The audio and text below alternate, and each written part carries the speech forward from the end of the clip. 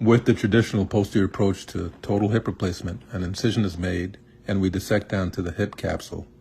The external rotator muscles are released from the femur or thigh bone and tagged for later repair. The hip is then dislocated. The femoral neck and head are removed using an oscillating saw. Next, we can visualize the diseased acetabulum or socket in the pelvis, which is resurfaced with a titanium cup. The canal of the femur is prepared to accept the stem and a ball that fits into a plastic liner in the new cup.